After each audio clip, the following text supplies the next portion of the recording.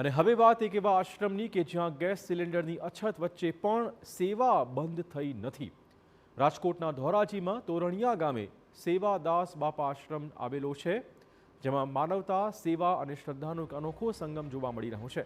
હાલમાં ગેસની અછતના સમયગાળામાં જ્યાં અનેક ધાર્મિક સ્થળોએ પ્રસાદ વિતરણ અને ભોજન પ્રસાદ સેવા બંધ કરાઈ છે, તેવામાં સેવાદાસ બાપા આશ્રમમાં સેવા વધુ શ્રદ્ધા અને સંકલ્પ સાથે આગળ ધપી રહી છે। ગેસ સિલિન્ડર મળવામાં મુશ્કેલી હોવાથી આશ્રમમાં લાકડાના ચૂલા પર પ્રસાદ બનાવાઈ રહ્યો છે। જ્યાં ટુકડો ત્યાં હરી ઢુકડો, આ પવિત્ર ભાવના સાથે ચાલતા આ ક્ષેત્રમાં કોઈ પણ ભક્ત ભૂખ્યો પાછો જતો નથી। લાકડાના ચૂલા પર બનતા ભોજનમાં મહેનત અને સમય વધુ લાગે છે, છતાં સેવા કાર્ય બંધ થયું નથી।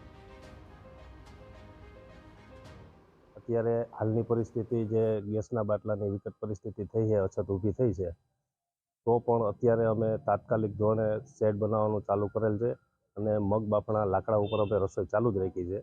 અગાઉ પણ ગમે તેવી વિકટ પરિસ્થિતિમાં અમે અમારો આ અન્નક્ષેત્ર ક્યારેય પણ એક દિવસ પણ કે એક તક પણ ક્યારેય બંધ કરેલ નથી।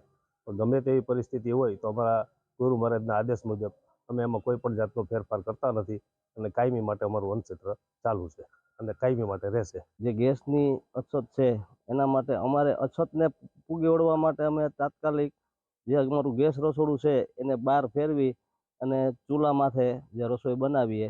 અમારા બાપુનો આદેશ એવો છે, રાજેન્દ્રદાસ બાપુનો, કે ભાઈ કોઈ પણ પરિસ્થિતિ હોય પણ અહીંયા અલખનો દરબાર છે, આ રોટલાનો ધર્મ છે, આ ટુકડાનો ધર્મ છે, અહીંયા આ વસ્તુ બંધ થાય નહીં। કોઈ પણ પરિસ્થિતિને પૂગી વળવા માટે અમે તત્પર છીએ। તો સેવાદાસ બાપા આશ્રમના સેવાભાવી ભક્તો દિવસ રાત મહેનત કરી રહ્યા છે। લાકડા ભેગા કરવાથી માંડીને રસોઈ બનાવવા સુધીની સેવામાં સૌ કોઈ લાગી પડ્યા છે। ભક્તો પણ આ સેવાથી ખૂબ પ્રભાવિત થઈ આશ્રમની સેવાને બિરદાવી રહ્યા છે। ત્યારે આ આશ્રમ એક પ્રેરણાદાયક ઉદાહરણ બનીને ઊભું રહી ગયું છે કે સંકલ્પ અને સેવા ભાવના હોય તો કોઈ પણ મુશ્કેલી નાની પડી શકે છે।